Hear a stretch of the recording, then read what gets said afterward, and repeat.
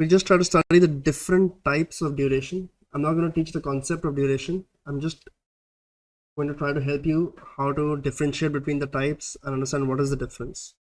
So in general, we hear at your level of three types of duration. First is called modified duration. That is simply defined as percentage change in price of a bond for a 1% change in interest rates.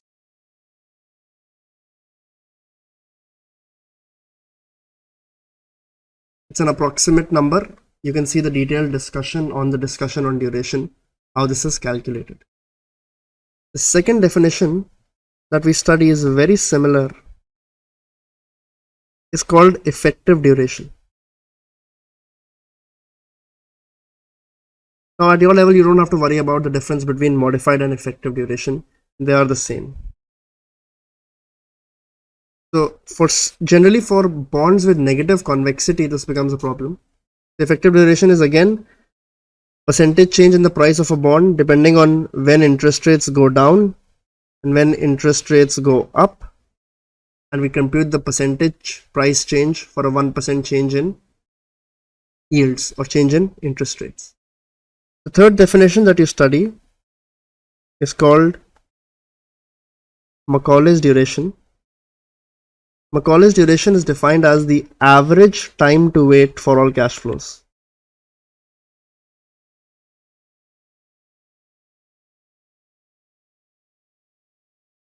Now again, it is calculated in a complicated manner. That is, you take the weighted average of the cash flows of the bond corresponding to the time in which the cash flows are coming, and then you find out what is the time at which on an average the cash flows are coming.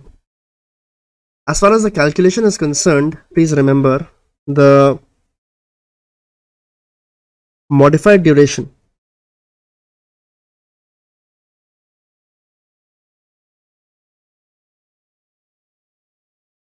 is the same as the Macaulay's duration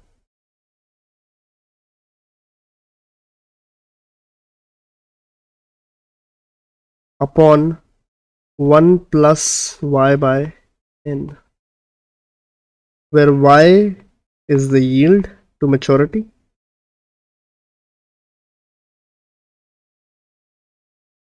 and n is the frequency of compounding. So for continuous compounding, n is infinite. For continuous compounding, modified duration will always exactly be the same as the Macaulay's duration. So as far as calculation is concerned, both numbers are exactly the same. The modified duration is exactly the same as the Macaulay's duration, apart from a small division upon 1 plus y by n. So if a question on duration comes, you can think of duration as either of the two or either of the three. It makes no difference to solving the question. Whether you think of duration as modified duration or you think of duration as Macaulay's duration, the answer remains the same. So if modified duration goes up, Macaulay's duration also goes up. If modified duration comes down, Macaulay's duration also comes down. Bonds with a longer term to maturity will have a higher modified duration, will have a higher Macaulay's duration. Bonds with a lower time to maturity will have a lower duration because the percentage change in the price of the bond for a 1% change in yield would be lower because there is not so much time remaining to maturity. Now, what you need to understand is that when you studied Macaulay's duration, there was another concept taught, or another concept mentioned rather. That is the concept of immunization. And we studied that if you invest in a bond with your investment horizon equal to the duration of the bond, then changes in interest rates will not change your yield or will not change your investment horizon yield. So again, go back to the review on investment horizon yield, and you can verify that if your investment horizon, if you invest in a bond at t equal to 0, the bond is a 10-year bond, that is, it is maturing, giving you a principal at 10 years. And let's say the modified duration or Macaulay's duration, it doesn't matter. It was taught during Macaulay's duration, hence you may feel it's any different. But if the duration of the bond is, let's say, 7 years, the Macaulay's duration is 7 years, then if you invest in the bond with your investment horizon in as 7 years, that means 7 years later you are going to sell the bond. Then the price risk and the reinvestment risk exactly cancel each other out, so that even if interest rate changes, your investment horizon yield will still be the yield to maturity of the bond. This is the yield to maturity when you invested. So when you invested in this bond, this 10-year bond, let's say the yield to maturity was 6%. If nothing changes in interest rates, then you will anyways get 6% return, whatever be your investment horizon. If the yield to maturity is 6% and interest rates don't change over the life of the bond, then anyways you will get a return of 6%. Your investment horizon yield will be 6%. However, even if interest rates change, let's say they become 7%, or let's say the interest rates after you've invested in the bond become 5%. If you are investing with your investment horizon equal to the Macaulay's duration, that is equals to the 7 years. And first of all, Macaulay's and modified duration are exactly the same as far as the numbers are concerned. If you invest, so important is to understand the concept of duration.